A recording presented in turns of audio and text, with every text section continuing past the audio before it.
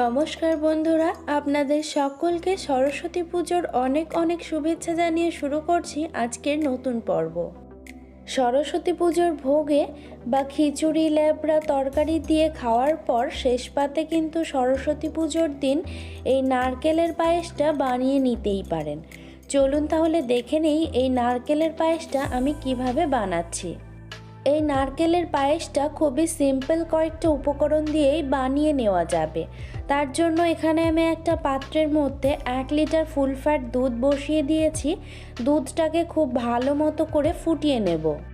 দুধটা খুব ভালো মতো করে ফুটে গেছে। এখন আমি ওর মধ্যে দিয়ে দেব 1/4 কাপ গোবিন্দভোগ চাল, যে চালটাকে আমি 3 থেকে 4 বার ধুয়ে নিয়ে 30 মিনিটের জন্য ভিজিয়ে রেখেছিলাম।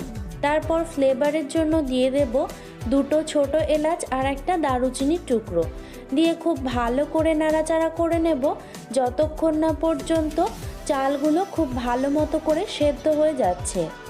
বেশ কিছুক্ষণ মিডিয়াম ফ্লেমে রান্না করার পর এখন আমি আপনাদেরকে দেখিয়ে দিচ্ছি। দেখুন চালটা কিন্তু একেবারে সেদ্ধ হয়ে গেছে। এখন আমি ওর মধ্যে দিয়ে দেব 1/2 কাপ কোড়ানো নারকেল, আর এটা কিন্তু ফ্রেশ কোকোনাট হলেই ভালো হয়। তো আপনারা যদি না পেয়ে থাকেন তো সেক্ষেত্রে কিন্তু ডেসিকেটেড কোকোনাটও ব্যবহার করতে পারেন। এখন আমি খুব ভালো করে মিশিয়ে নিচ্ছি। তো খুব ভালো করে মিশিয়ে নেওয়ার পর ওর মধ্যে দিয়ে দিলাম 100 গ্রাম বাতাসা আর 1/4 টিস্পুন নুন।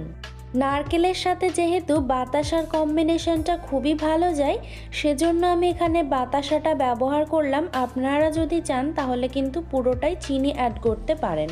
তো তারপর আমি ওর মধ্যে আরও 3 টেবিল চামচ চিনি অ্যাড করলাম আমাদের স্বাদ অনুযায়ী, দিয়ে খুব ভালো করে একবার মিশিয়ে নেব। আর লো ফ্লেমে আমরা এটাকে রান্না করে নেব যতক্ষণ না পর্যন্ত এর টেক্সচারটা পুরো ক্রিমের মতো হয়ে আসছে। তো দেখতেই পাচ্ছেন আমাদের পায়েসটা কিন্তু পুরোপুরি সার্ভ করার জন্য তৈরি হয়ে গেছে।